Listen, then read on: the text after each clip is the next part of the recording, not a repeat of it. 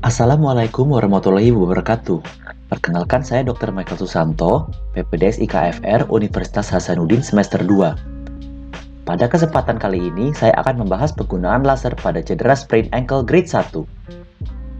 Modalitas laser, yaitu Light Amplification from Stimulated Emission of Radiation, adalah suatu alat yang memancarkan radiasi elektromagnetik yang biasanya dalam bentuk cahaya yang tidak dapat dilihat. Penggunaan laser sebagai modalitas dapat dibagi menjadi dua, yaitu Low Level Laser Therapy yang disebut LLLT atau High Intensity Laser Therapy yang disebut HILT atau HILT. Modalitas LLLT menghasilkan output energi yang kurang dari 0,5 watt dan terbatas memiliki kemampuan penetrasi yang lebih superficial, kurang dari 2 cm. Sedangkan HILT memberikan output energi lebih dari 0,5 watt dengan kemampuan penetrasi lebih dalam, yaitu 5-15 cm. Efek fisiologis laser mencakup meningkatkan produksi ATP, memodulasi dan mengurangi inflamasi, menyebabkan vasodilatasi, mengubah kecepatan konduksi dan regenerasi, meningkatkan produksi kolagen, mengurangi nyeri, dan menghambat pertumbuhan bakteri. Indikasi penggunaan laser adalah untuk penyembuhan luka jaringan dan tulang, artritis, limfedema, beberapa kondisi neurologis, dan nyeri. Kontraindikasi laser mencakup iradiasi langsung pada mata, kanker, riwayat radioterapi 4 hingga 6 bulan terakhir, daerah dengan perdarahan berlebih, dan pemberian langsung pada kelenjar tiroid dan organ endokrin lainnya. Percussion laser mencakup pemberian pada ibu hamil, lempeng epifisis pada anak, sensasi yang menurun, pasien dengan gangguan mental, dan fotofobia. Saat ini kita akan menyaksikan langkah penggunaan laser pada pasien dengan ankle sprain grade 1. Berikut adalah bagian dari alat modalitas laser. Terdapat foot switch, kacamata khusus untuk melindungi dokter dan pasien, probe dan aplikator, dan mesin itu sendiri. Mesin ini memiliki touchscreen namun juga terdapat tombol fisik padanya. Dan juga tidak lupa kabel listrik yang menghubungkan mesin tersebut kepada sumber listrik. Sebelum tindakan, kita perlu memberikan edukasi kepada pasien. Edukasi ini harus mencakup fungsi, indikasi, tujuan, serta efek samping yang dapat terjadi dengan penggunaan laser tersebut. Pasien juga perlu ditanyakan untuk memastikan tidak terdapat kontraindikasi dan dilakukan penilaian percussion untuk penggunaan laser tersebut. Inform consent yang jelas juga perlu didapati sebelum memulai tindakan.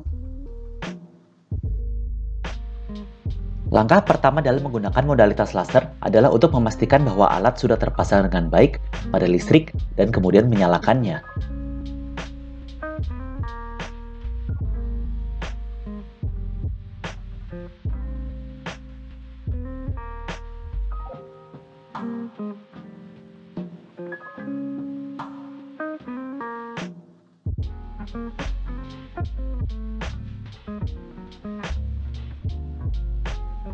Setelah memasukkan password, pilihan diagnosis dapat ditekan dan opsi pilihan diagnosa ankle distortion dapat dipilih.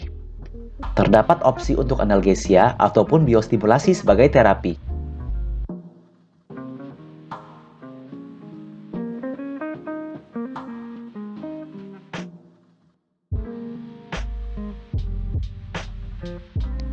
Selain mode diagnosis yang secara otomatis menentukan dosis yang tepat untuk kondisi, terdapat juga opsi manual pada menu utama di mana dosis sepenuhnya ditentukan oleh klinisi.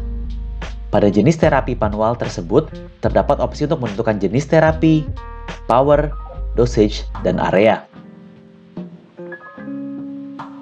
Pada saat memilih terapi, terdapat pilihan jenis mode analgesia dan single pulse, yang merupakan mode pulsed, sedangkan mode biostimulasi yang adalah mode continuous.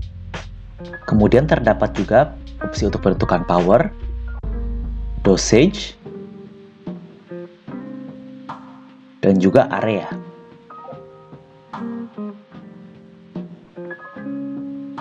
Terdapat juga penjelasan lengkap mengenai terapi diagnosis yang dapat dilihat dengan memilih opsi menu, kemudian ensiklopedia, dan kemudian terapi diagnosa yang ingin diketahui.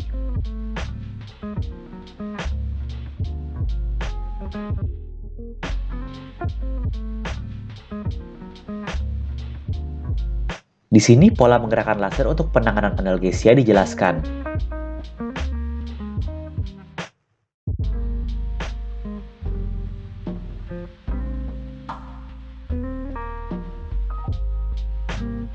Dan di sini pola menggerakkan laser untuk penanganan biostimulasi dijelaskan. Apabila pasien menyetujui tindakan, kacamata pelindung dapat dipakai dan pasien dapat diinstruksikan untuk memposisikan diri.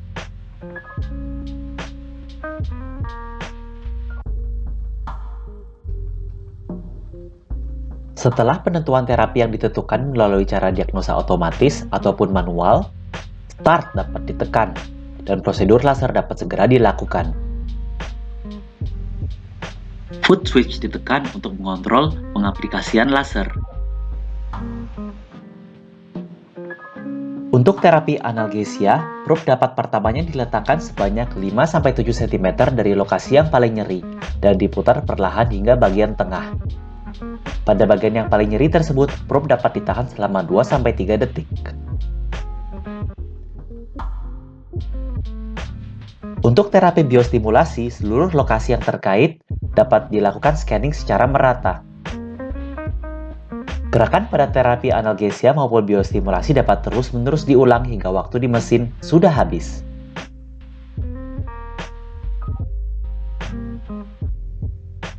Saat terapi sudah selesai, pasien dapat dipersilakan untuk kembali duduk. Tindakan yang sudah dilakukan serta kondisi pasien setelahnya dapat dicatat dalam rekam medik. Jangan lupa matikan alat dan cabut kabel dari sumber listrik setelah pemakaian. Terima kasih.